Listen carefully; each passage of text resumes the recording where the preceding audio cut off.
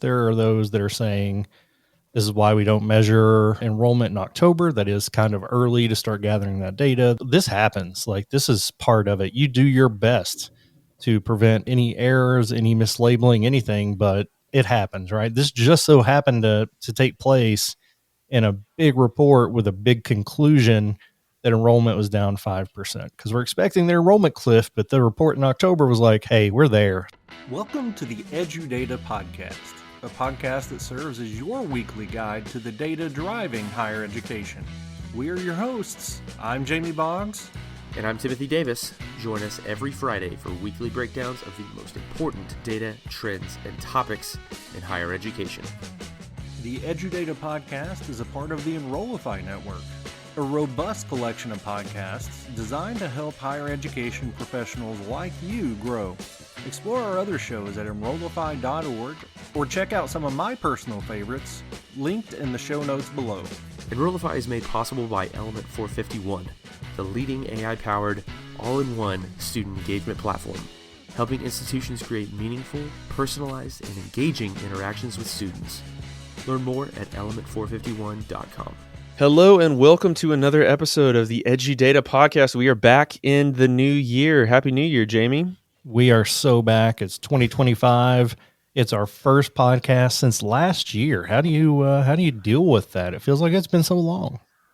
I'm just happy to be in the new year with my friends. It's good to be back on the air with you. I think we did have one episode come out in like the first or second week of January, but that was a pre-recorded one. This is our first recorded episode of the new year. If you noticed we were gone, we did kind of take a hiatus around the December, January time as things picked up for us personally and at Element 451 where we both work. If you didn't notice that we were gone, I think that's a good indicator that you have a strong, rich life outside of the world of higher education data. So that's probably for the better anyway. But we want to start this new year off with everybody does New Year's resolutions. We've had a big New Year's correction in the world of higher ed since we came back from the holiday break. Yeah, this is one that you definitely don't want to miss because it I think impacts really the way we perceive this industry moving forward. Completely agree. And I'm glad we didn't make any predictions. We talked about making 2025 predictions, for maybe like a first of the year episode. Mm-hmm. But this prediction or this event would not have been anywhere near my top event, my top prediction or my list of predictions at all, because what apparently has happened is we're back. We got undergrad enrollment. We're up and to the right. Rumors of our demise have been really exaggerated, I think. Greatly exaggerated. Yeah. Yes. So we kind of got an interesting situation here where undergrad enrollment is up and cost is down. So that's great, I think. Great indicators for our industry moving forward. But this all started on January 14th, where the National Student Clearinghouse Research Center identified a methodological error in their preliminary Stay Informed enrollment report that they actually released in October of last year, specifically impacting freshman enrollment data. So basically, they had quoted that freshman enrollment was down like 5% or something like that. But it turns out that they were just miscategorizing some dual enrollment folks, and that some folks who I believe were categorized as dual enrollment were actually supposed to be first-time freshmen. And so we got a little bit of coverage for that and talking about that methodological error, what they found so far. But since then, today, the day we're actually recording, January 23rd, they also have released the current term enrollment report, which confirms the increased number. And so we'll cover that a little bit. And then we also have some quotes from folks from the National Student Clearinghouse, including Ricardo Torres, the CEO, and he has some interesting thoughts on how to navigate situations like this for data professionals, for folks who work and report data, how we kind of handle situations where there's inaccuracies in our reporting. So, Jamie, you actually have a couple of more pieces about the Stay Informed report specifically. You want to take us into that? The discourse, particularly on LinkedIn about this, there are those that are saying this is why we don't measure enrollment in October. That is kind of early to start gathering that data. There are people knocking the methodology. This happens. Like, this is part of it. You do your best to prevent any errors, any mislabeling, anything, but it happens, right? This just so happened to take place in a big report with a big conclusion that enrollment was down 5%, because we're expecting the enrollment cliff, but the report in October was like, hey, we're there. So, and that report actually showed that dual enrollment was up 7.2%, which was, again, they took regular first year students and labeled them as dual enrollment. That was the error, and we'll talk about that correction in a minute. But that was a big swing. There were a lot of students that were miscategorized. Doug Shapiro, who's the executive director, sent in an email to Inside Higher Ed where he said the National Student Clearinghouse Research Center acknowledges the importance and significance of its role in providing accurate and reliable research to the higher education community. We deeply regret this error, and we're conducting a thorough review to understand the root cause and implement measures to prevent such occurrences in the future. It's exactly what I would hope to hear. But also in this, there was a note where Doug Shapiro said that this error has been present in this same way for every Stay Informed report dating back to 2020, which is, I think, kind of when it started. This came out of COVID, the need to see how things were impacted in kind of the middle of the year. But that error has been present in every report they released. They are finally fixing it, and they've fixed it in this new report. But this does happen, but they've come forward. They've owned it. I like that. And I think we all need to be understanding. I don't know that anybody's out there making major decisions based off of this report every minute. Maybe you are. I could be wrong, but I think we would rather correct it in this way to have good news than to say, oh, enrollment's up. Whoops, we were wrong. Things are tanking. So I like the correction to happy news, I guess. Absolutely. Several of the articles that we'll be sharing are from Inside Higher Ed, and they're reporting both of interviews that they've done and reporting that they've done about these two reports. So we'll definitely share all of that in the show notes, which you can check out and follow along with us, as well as the two reports from the National Student Clearinghouse. But I think that kind of leads us into the interview that Inside Higher Ed did with Ricardo Torres, the CEO of the National Student Clearinghouse. And, they had some questions for him about, his retirement coming up. So congratulations to him on his career. Some of that's covered in here as well. But this kind of cropped up, I assume, as they had this interview in the queue. And so they, of course, asked some questions about this as well. And I wanted to just share a couple of his quotes, starting about managing the situation. And I think that this is really applicable to data professionals. We go through situations where, as you said, this just happens.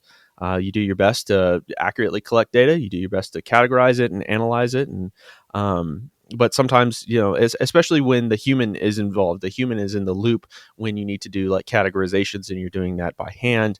And then you're imputing, which is what this particular Stay Informed report does, based on like half of, or like the available enrollment information at the time in October. And so, those sorts of issues can be amplified when imputing is happening. So anyway, here's the first quote. The Clearinghouse only began releasing the preliminary enrollment report called the Stay Informed Report in 2020 as a kind of emergency measure to gauge the pandemic's impact on enrollment. That's from Torres. But the methodological error in October's report has been present in every iteration since. And they also even talked about how the transfer and progress report is also impacted by this particular error. But since this Stay Informed report was more of an emergency measure, Torres kind of talked about how the Clearinghouse was exploring just discontinuing it entirely if there continues to be issues and there continues to be glaring discrepancies between this sort of a preliminary report and the main current term enrollment report, which they release in January, which is based on a larger data set and does less imputing. So that's have you ever kind of encountered a situation where you needed to put together a report fairly quickly, and then noticed that it was that there were discrepancies with it, or you had to kind of put together what you had in order to provide something of value to your stakeholders? This is exactly that situation. And so I think the consideration there that maybe this report has run its course for those emergency measures is a good one. What do you think about that, Jamie? I completely agree. It has served its purpose. The new results show that there's, for the first time since 2019, we are finally above that level of first year undergraduate enrollment. So I think we're normalish enough to where we can resume normal reporting. So yeah, I think sunsetting that's probably the right idea. And absolutely, I've created reports where I've had to go back and make corrections. And here's the thing with the National Clearinghouse, that's often considered the source of truth, but as any data set, it's only as good as what's coming into it. Mm-hmm. So Yeah, the and stay that's informed report coming in early, the error could be at the clearinghouse and somebody labeling it manually or creating some kind of algorithm to label it. It could be that the schools hadn't updated these students from dual enrollment to full enrollment yet, and the data coming in was bad. So there's so many layers to where this data is coming from and the processes it has to go through that, I mean, I'm honestly surprised it doesn't happen more often. Yeah, and I mean, maintaining trust with your stakeholders and the people that you report to is a huge component of being a data professional, of reporting and doing analysis. And that's another thing that Torres talks about in this interview. And so I have a couple of quotes related to that. The first one is, like the Inside Higher Ed asked the exact question, where is the origin of this error? Torres's response was the data itself, which we receive from institutions, is reliable, current, and accurate. So Okay, we make there our you best go. effort to ensure that its accuracy represents what the institutions have within their own systems before any data is merged into the clearinghouse data system. So it basically saying this is not on the schools. We ingest their data and we ensure that its validity before we put it into these reports. But it is like our own internal sort of processing. And that was the other kind of takeaway from Torres's interview is ownership, right? When you're trying to maintain trust with stakeholders, taking ownership and communicating early about potential errors is super important to maintaining that trust in that relationship. The other quote is, how exactly did this happen was the question from Inside Higher Ed. Have you found the source of the imputation error? And the answer was, the research team is looking into it in order to ensure for this particular report that we don't extrapolate this to a whole bunch of other things. We just need to make sure that you've got your bases covered analytically. There was an error in how we imputed a particular category of dual enrollment students versus freshmen, but if you look at the report, the total number of learners wasn't impacted by that. These preliminary reports were designed to meet the need after COVID to understand what the impact was going to be. Basically designed to report on an emergency basis, and by default, when you don't have complete information, there's imputation. There's been a lot of pressure on getting the preliminary fall report out. That being said, you learn your lessons, you got to own it, and you keep going. So I think that that's the right position. I mean, we got to continue to make reports, and we got to continue to maintain trust. And the best way to do that is to own it, to understand the issue as quickly as possible, and to communicate that to stakeholders. And I think that's exactly what the clearinghouse has been able to do.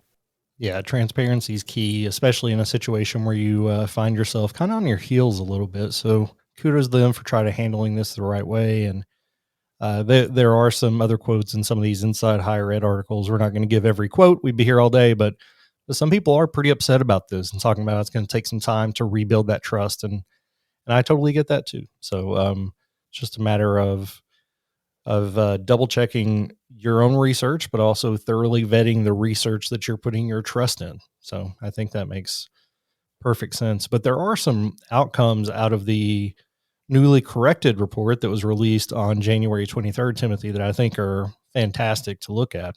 Again, enrollment surpassed 2019 levels for the first time since the pandemic. Black and Hispanic enrollment grew by 6.8% each. HBCU enrollment grew by 3.8%. And every state had an increase in enrollment except for Vermont and Nebraska, and theirs fell both less than 1%. So very small decreases there. So the rising tide raises all ships. Is that how that goes? I don't even know how that quote goes, but everybody's doing good. Everybody's moving the right direction. A lot of the groups are. So it's mostly good news to come out of the corrected report. Yeah, I mean, I don't know what this says about the demographic cliff. I mean, everybody was kind of talking about 2024, 2025 as the demographic cliff years. So we'll see what that looks like. But the other thing that the report surfaces is that this increase was powered mainly by alternative credentials, certificates, and, like non-traditional degrees, if you will. So 10% year over year increase in those types of degrees and 28.9% increase since 2019. So almost a 30% growth over this time frame where we've been tracking sort of the COVID era. But bachelor's degree programs are still up as well, but just by a smaller margin, 2.9%, and for associate programs, 6.3%. Credentials and alternative sort of degree options that are cropping up, they tend to indicate adult learners, but of course we've also seen that undergraduate enrollment is up as well. So perhaps some undergrads are taking advantage of these types of credentials as well. As we continue to, reframe what higher ed looks like and what people are trying to get out of it, I think we're going to see more and more of that, of individuals pursuing those types of credentials and certifications and that kind of thing. So that makes perfect sense to me. I've seen, and maybe it's just my LinkedIn algorithm, but just a lot of positivity from enrollment professionals, like individually at their institutions. Maybe it is like my algorithm just saying, look, it's cold outside, it's been snowing, here's a little happiness. But I don't know, feels like an optimistic buzz in higher ed about enrollment right now. Hopefully that keeps up. Let's all take this report, celebrate it. I realize there's a mistake that has been made here, but it has been corrected. And now we have what we need to move forward. Yeah, for sure. And I like of all the mistakes that could have been made, like this is a positive trajectory mistake. You know what I mean? Yeah. Like they could have said, hey guys, we quoted it at down 5%, but we're actually down 10, or something like that. So, you want accurate information at the gate. There's worse ways that inaccuracy could have gone. So absolutely. Completely agree. Guys, we appreciate you hanging out with us to talk about data for one more time here, and we will be back with more content in the coming weeks. Got a lot of fun guests planned and fun topics, but that's it for the corrected report. You have anything else, Timothy? No, I think that's it. I think we've got a fun slate coming up. We're typically a 2-man show here, but we've had a few guests in the past, but I think we might try to rope a few more in this year and bring some more perspectives and get some more resources out here for you. So like Jamie said, thanks for hanging out with us today. Hope you're having a good start to your new year, and see you in the next one. The EduData podcast is part of the Enrollify podcast network. If you like this podcast, chances are you'll like the other Enrollify shows too. Our podcast network is growing by the month. We've got a plethora of marketing, enrollment, and higher ed technology shows that are jam-packed with stories, ideas, and frameworks, all designed to empower you to be a better higher ed professional. Our shows help higher ed marketers and admissions professionals find their next big idea and feature a selection of the industry's best as your hosts. Learn from Jamie Hunt, Artis Cadu, Dustin Ramsdale, Jeremy Tiers, and so many of your other favorite leaders in higher ed. Enrollify is made possible by Element 451, the leading AI-powered all-in-one student engagement platform helping institutions create meaningful, personalized, and engaging interactions with students. Learn more at element451.com.